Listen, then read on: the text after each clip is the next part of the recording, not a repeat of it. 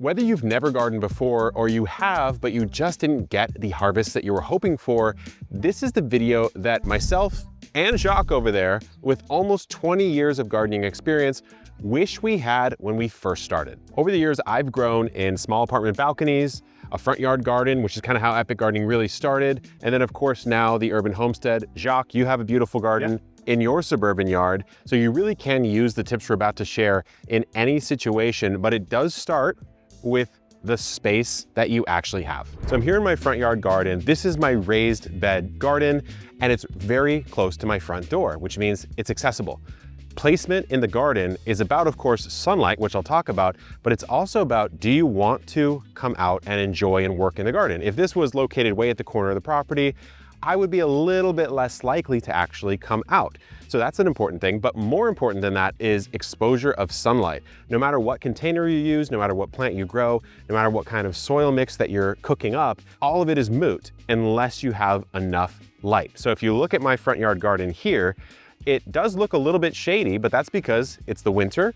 There's a big jacaranda tree, and actually we're kind of getting into the later portion of the day right now, so I've got some shade coming in on my winter garden, but generally this garden gets 8+ hours of sunlight a day. Why?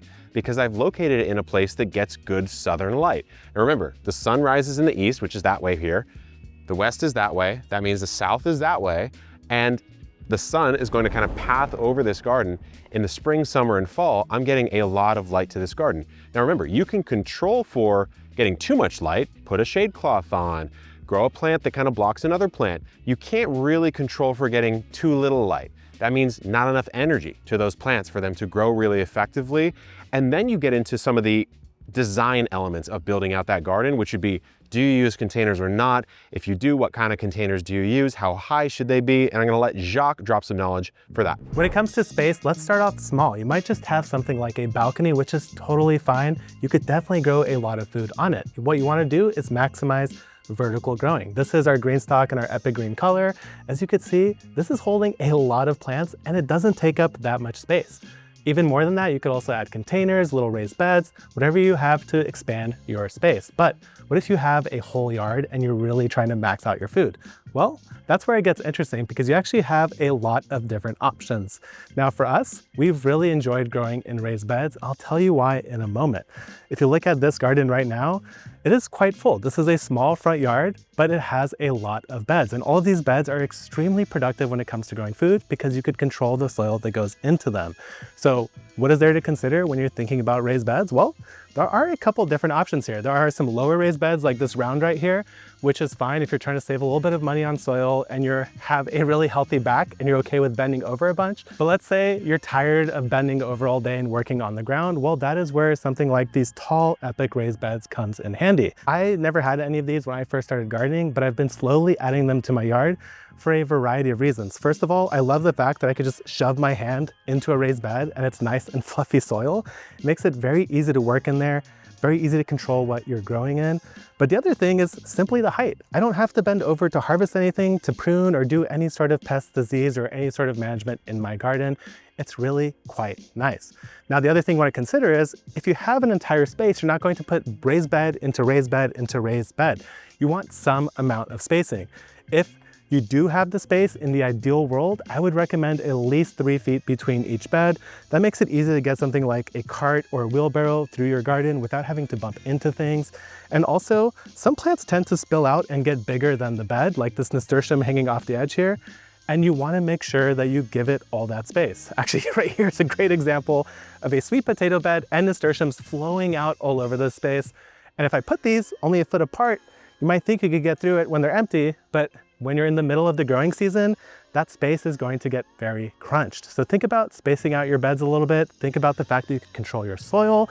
And really, I've never got more food out of a single small square foot area than I have in a raised bed. The control that you get in it is simply amazing. I would highly encourage it for any beginners. And actually, speaking of beds, let's talk about the sponsor of today's video, Birch Living. When I first moved in here about 5 years ago, I didn't even have a bed. I had an air mattress and some seed packets strewn about. I made a funny meme about it. It went viral. It is a funny joke that a gardener might spend more time on his garden beds than his actual bed. But the truth is, you spend a third of your life in bed, hopefully, if you're getting that 8 hours of sleep that we all really do need. And for a while, I just wasn't really getting that. So about 4 years ago, I bought a Birch Living mattress, who are the sponsor of today's video, and it all changed. I had had kind of like not that great of a memory foam mattress in the past, but I wanted something natural, no fiberglass, no polyurethane type stuff. So natural latex, natural cotton and wool. That's what the mattress is made out of. I'm a gardener. I like growing my own food. I like knowing what's in the products that I consume, and certainly the food I consume. So going with Birch made a lot of sense 4 or 5 years ago. They've added all sorts of cool new types of mattresses, and I just upgraded to another one. I absolutely love it. Sleep has become extremely important for me as I've been working on my mental and physical health. I put a video out on our homesteading channel addressing some of this and kind of sharing some of the health and mental challenges I've been going through. And a lot of it, lack of sleep, exacerbates it to an insane degree. I actually discovered I have sleep apnea. I'm sleeping with one of those CPAP machines now on my Birch Living mattress. So I'm doing everything in my power to make my sleep a lot better. And I can say that the type of mattress I'm sleeping on is no longer a problem. I love the Birch Living mattress so much. I've spent half a decade on one, and I just got a new one, and I absolutely love that one too. So if you have any sort of problem with sleep whatsoever, solve the problem of at least knowing that it's not the mattress that is causing that problem. And the Birch Living ones definitely will not. It's the most comfortable mattress I've ever slept on. Thank you to Birch Living for sponsoring this video and helping me sleep like a king. I really need it these days. You can go to birchliving.com/epic gardening to take advantage of their extended Cyber Monday sale for 20% off site-wide, or check out the QR code right here. And now let's get back to the garden beds. So we start gardening in a raised bed. The next question is obviously, what do you fill it with? And you go to the garden center, there's like a million different options. Garden soil, topsoil, compost, potting mix, raised bed mix. Are they the same thing? Are they not? Are you somehow being tricked? It's hard to know. So when I first started gardening in my small front yard garden in raised beds, I had about 6, 7, 8 beds, and that would have been a lot of bags at the garden center. So I did something I thought was smart. I ordered bulk soil, but I didn't really choose the right one. I chose a topsoil mix with some compost in it. Good first year, but really compacted soil the years thereafter. I had to actually dig my raised beds out and amend and amend and amend. So how do you fill these raised beds up economically? Well, if you're going with a tall bed like this is around the 30-inch mark, which I personally prefer because I'm tall and I like to work in a bed that I don't have to bend over a lot. What we did is we filled the bottom with organic matter. Now, in the past, we've made videos on filling it up with logs, sort of a hugelkultur style method, a German technique from the past that involved these sort of mounds of wood and other materials. You can do it that way. There's nothing wrong with that. Wood makes a really good bulk volume filler, but it doesn't have to be that. You could throw old branches in there, sticks, twigs, food scraps, anything that fills the bed up to about halfway or so, and then you really focus on your quality mix. That's where I would go with the highest quality bag mix I could find. I love Fox Farm products a lot, so I would put maybe Fox Farm Ocean Forest or Fox Farm Happy Frog in here and fill up that last 12 inches or so. What you'll find, and we actually dug that bed up over there a few years ago after waiting for years. Like there was soil, there was wood in there. We said, what's actually going on underneath that soil? You will find that it will slowly break down, which means that that soil level will kind of lower over the years, which gives you that opportunity to top it off with some compost or some fertilizer and really improve that soil. What I've noticed in my raised beds is every single time I set up a raised bed garden, that first year it's pretty good. But years 3 onwards are amazing. And the reason why is because this soil really gets a chance to age and mature. If I dig down in here right now and grab some of this, you're looking at some high quality stuff right here. I'm frankly surprised I didn't get a worm. Almost every handful I will get a worm, which of course, when we think about the soil, we're not thinking about dirt. A lot of non-gardeners will call it dirt. Dirt is sort of soil devoid of life. When you add the life in there, the earthworms, the arthropods, the bacteria, the fungi, the mycorrhizal fungi, you get what we call soil, living soil that is helping these plants actually grow. So that is how we like to approach it in a raised bed. Now, if you're in a smaller bed, like this one right here, just fill it up with bags. It's not a big deal. And if you really do want to make your own mix, you can check out some of the videos we've done on that. But what if you want to grow in-ground. For that, I'm gonna turn it over to our resident garden hermit, Jacques, who's done this from actually the start of his gardening journey. When I first started my garden at my home, it all began with a shovel and a whole lot of sweat. That is what you're trading off with in-ground gardening. It is a little bit more physical. You have to get down on the ground, you have to use long handle tools, and you're probably going to be moving material back and forth all the time. But there is one major advantage, and it is way cheaper to get started, and it's a much more flexible growing system. If you look behind me, this is actually where I first started here in the Epic Homestead, and what this looked like was a series of squares. Now it's a nice organic flowing garden, because with an in-ground garden, you could always pick up the pieces and move them without much work. With a raised bed garden, can you move it? Of course you can, but you're going to have to move the soil, the beds, and reset the whole thing. When you're first starting out, an in-ground garden could be a great sort of solution. Now there's something that you want to consider first, and that is your soil. What I would do with any beginning garden is first analyze what I have. Now this garden has been worked for a very long time. I'm gonna try to find some soil that looks representative. There you go, it's nice and rich and dark. But when we first started here, it was kind of a reddish color. It was super compact. Now when I squeeze this, I could actually squeeze it and get it to stick together. That's exactly what you want to see. That means that it's full of organic matter, which means that it's full of life that could support your plants. So what are you looking for? Well, you could take a soil sample, do a jar test. You could look up, there's a lot of different ways to do a jar test that tells you basically what's in your soil. You could send it to a local soil lab at a university extension and just get an idea of what soil you have to work with. Now, after that, I would recommend generally tilling. Now, tilling can be a little bit controversial if you don't know what it is. If you don't know what tilling is, it's basically shredding up your soil using a mechanical means to mix it, break it, and incorporate things into it. Now, it hasn't been very popular lately because tilling can kill soil life, but if you're just starting your garden, what is there to preserve? I wouldn't want to till this garden that's teeming with life now. We've built the soil for a long time, but for a beginner, get a bunch of compost, spread it out, till it in, work it into that soil, and you'll be doing much better. And that garden will thrive from the beginning up until the end without having to worry about it in the future. If you want to try low till or no till, that's fine too. You just basically spread compost on the surface of your soil, plant into it, and for most people, it'll probably work out just fine. Now, if I had one tip or one mandatory suggestion for any amount of in-ground gardening, it is to make sure you use mulch in between your garden beds. It'll keep it cleaner. And also this mulch will retain the water, stop it from drying out your beds, because if this is getting baked by the sun, all the moisture from your garden bed is going to go into your pathways, it's going to get compacted, dusty, and you're going to have a less productive garden. So never skimp out on the mulch. It also helps build your soil. You now know where to plant, where to locate a garden. You know a couple different methods and how to fill that soil up or troubleshoot that soil. Super important stuff. Now you need to know when to actually plant stuff. How do you know when a tomato is supposed to go in the ground? Can you plant spinach in this month in your area? And it really all comes down to where you live. That is the nuts and bolts of it. And we use some terminology in the gardening world. We call it your first and last frost dates. A little confusing because the last frost date is the start of your season and the first frost date is the end of your season. The reason why is pretty simple. Nothing really grows in winter, right? I mean, some plants do, but that's besides the point. Most of the stuff we're trying to grow in the garden, it's not gonna thrive in freezing temperatures. So when that frost starts to come in, or your first frost date of the winter, that's the end of your season. That's when stuff is not going to grow. Then you live through that winter, hopefully you survive it, take your vitamin D, and then when you come out in spring, that's the last frost date, the last time temperatures are cold enough to kill your plants. So how do you find that for your area? Well, there's a couple ways. You can just Google your zip code and type in frost dates or hardiness zones. There's a couple different ways to do that. We have a little bot we made called Eric the Allium. You can go to Eric and ask Eric, hey, what is my frost date? It'll just tell you right there. And you can even ask it what you want to plant and it'll tell you.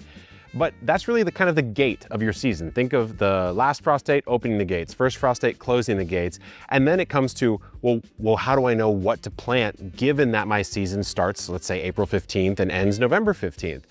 The best way I've heard of thinking about this is thinking about spring and fall as kind of cool season crops and thinking about that summer as a warm season crop. So tomatoes, peppers, eggplants, okras, all sorts of stuff like that love a lot of light. The more light it loves, the more heat it loves, the more it needs to be planted right before summertime.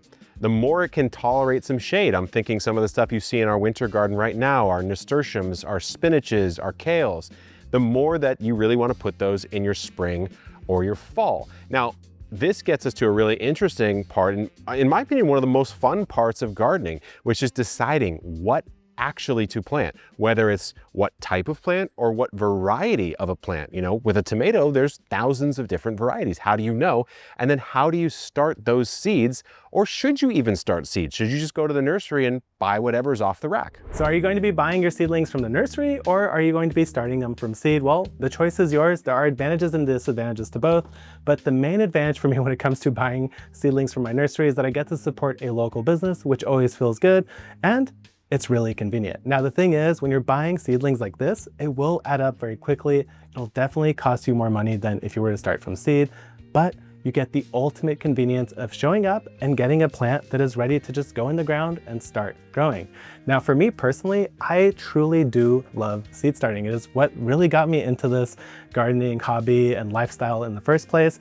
It's just so much fun because you get to control everything about it. The timing of when those seedlings are available, the varieties, how many of them, and everything in between. Every single year, I end up buying more tomatoes because I want to try every single one out there. Now, of course, there is a little bit of setup at the beginning when it comes to seed starting. You have to get some equipment like Epic trays. I recommend them highly. They were actually the first thing I bought when I started gardening because I am going to be saving money in the long run by growing my own seeds, and I get to have a really full garden whenever I want. Seed starting can be a little bit intimidating at first because you are bringing life into this world one way or another, but don't worry, it is a lot of fun once you get a hang of it. Now, the main thing that people get confused by is everything. The main thing is essentially you get your seeds. Now what do you do next? You want to put them in some soil and they'll grow, right? But there are a couple little fine nuances that you should learn. Now, most seed packets, if they're a good seed packet, should have all the information you need. So if you look at the back of something like this, it'll say all this stuff like seed depth, how long it takes to grow, what season you should start it in, and also whether it's good for transplanting or direct sowing. Now, transplanting is when you grow them in something like this, and then take that seedling out and transplant it into the ground in your garden. Direct sowing is when you take that seed and just put it directly in the garden where you want it to grow in the end. Both of them work out just fine. I personally like seed starting to transplant because it gives me more flexibility on timing, more control on what makes it, what doesn't make it. Every once in a while, it'll end up with like maybe one of your seed cells didn't germinate, but the rest did, and now you have enough plants. So it's really giving you more optionality, more variety, more fun and control in your garden. And to me, that is what makes it exciting, and I think you should start your own seeds at home if you haven't tried it before. Here we are now. We pretty much have everything we need before we get into literally what should you grow, the actual crops that you should select. And this is dealer's choice. This is what do you get excited by in the garden. When I first started gardening, I got excited by some stuff like this. This is my dragon fruit alley, as I call it. It's a tropical cactus that produces a very delicious fruit. Some people think it's not delicious. They just haven't grown the dragon fruit that I've grown. Let me just say that. But I got excited by weird, unique plants. I grew with something called Job's Tears. It's like a sort of a weird looking grain that you can use as like beads for bracelets. I grew the Chinese 5-color pepper, a lot of odd houseplants in my earlier days. These days, as you look around the garden, I'm of course testing out new varieties that we carry with our seed company, Botanical Interests, but I'm also growing stuff maybe that's a little bit less work these days. I have my artichoke patch right here. I love artichokes, whether I let them flower or I actually eat them. And this is a perennial patch. This comes back year after year after year, and I get 5 to 7 artichoke heads off of all 5 or 6 of these plants. That's like 30, and I don't have to do much. But now when we go out to the front yard raised beds, it really again is about what do you care about as the gardener. Let's say you're a mom or dad, you have a kid and you want to teach them a little bit about nature. Maybe you just grow some really quick growing, fun crops like radish. You do beets, you let them pull that carrot out of the ground and get that joy. A child will eat a vegetable if they grew it. That is something you will learn. I'm not a parent, but I've seen it happen over and over and over again. Let's say you're really health conscious and you don't want any sort of pesticides, herbicides, fungicides on your food. Well, the way we garden, I would consider it beyond organic. We don't really even spray almost anything at all. But you could start by trying to grow the Dirty Dozen, things that get a lot of spray on them, something like a strawberry or lettuce. You could try just looking at your grocery bills, seeing what you spend the most money on, and then seeing if that's easy to grow or not, and growing that. In my opinion, that's a great way to start. Look at my herb bed right here. You think I need to buy rosemary ever again in my life? I do not. I, in fact, can't give this away. There's so much of it. But if I was to cut 4 or 5 sprigs of that, if I go to a big old fancy grocery store, that's $3.99 right there. So like money does grow on trees, guys. So you could do it that way. You could also just grow stuff that's enjoyable to harvest. If you come over here and you look at some of these crops that I've got going on, this is not an example because this is my Brussels sprout, but I want to show you this one here. Take a look. You can peek right through this. Look at that purple cauliflower right there. Tell me that's not an enjoyable thing to harvest and show off to your friends. If you start gardening and you really plug in to what excites you, that's what keeps you going over the season. If you kind of just Google, what's the best plant to grow? It's easy. Blah, blah, blah. I did that at the start. I grew radishes. Did I like eating radishes that much? I mean, now, yeah, but back then, no. Like, what was I was like 24. What am I supposed to do with a radish at 24? Like, look at it. So all I did was just grow really fun, interesting crops. And it changes over the years. You know, over the seasons, I've grown hundreds of pounds of potatoes and tried to live off of them. I've grown almost no potatoes. I've grown 50 fruit trees in my yard. And so as you grow as a gardener, your tastes will kind of change and evolve. You go, oh, I actually don't really like beets. That's not true for me. I love beets, but maybe you don't. And even though they're easy to grow, I just don't need 50 every single year. I found that out this year with the squash we planted last year. I didn't need 72 squash. And if you have success in the garden, eventually you will run into the squash problem and you'll understand exactly what I'm talking about. As your gardening journey expands, you will find yourself getting drawn to all sorts of weird stuff. We're sitting here, Jacques. You remember planting this orchard out 5 years ago. And this yuzu now smells delicious. Let me give it a little. Give it a hit. Yuzu is one of those that, first of all, it's a bit rare. It's a bit hard to grow. It's a cold hardy citrus and you really eat it for the rind. Yeah. So you'll candy it, you'll make a little cocktail, this or that. That's what makes it fun, right? As you get into the garden, you start getting into more weird things, maybe ornamentals, and just things that you enjoy, like this esoteric citrus. You're not gonna be going out here peeling and eating the whole thing every morning, but you're gonna do something fun with it, maybe make a drink, and that is what gardening opens. So many options in the future. Well, if you really think about what you're doing, you are cultivating half the life on Earth, roughly. I mean, you can add ornamentals in, of course. You've got your roses, you've got, I mean, one of the entire kingdoms of life, I guess is the better way to put it. I've got pomegranates here, I've got peaches. I've gotten into, Jock's been on a mushroom kick lately. Gardening opens up a path to really anywhere you want to go with it. I know people who are famous chefs that like to grow. Why? Because they're getting the best flavor. They don't necessarily care about the look. Well, maybe they do as a chef, but they care more about the flavor, let's say. I know people who grow giant vegetables only. That's all they want to do. And they compete. That's fun. And they go crazy with it. I try. I don't really, I want to do it, but I'm not that good at it yet. I'm not competing. I'm not bringing that to a show. Jacques, you're more of a flavor gardener. Yes, flavor and just eating. I just want to eat out of my garden as much as I can and also spend as much time in it as I can. I want seating. I want people to walk through it and enjoy their time whenever they visit. Yeah, so whatever draws you to it, hopefully this guide helped you get started and quelled some of those initial beginner fears. Highly recommend checking out some of our resources. I'm going to put a special link in the description that you can check out. And again, thank you to Birch Living for sponsoring this video. I've slept well on a birch for the last 5+ years, and sleep is extremely important to me. So thank you again. And we'll see you next year, guys. Good luck in the garden and keep on growing.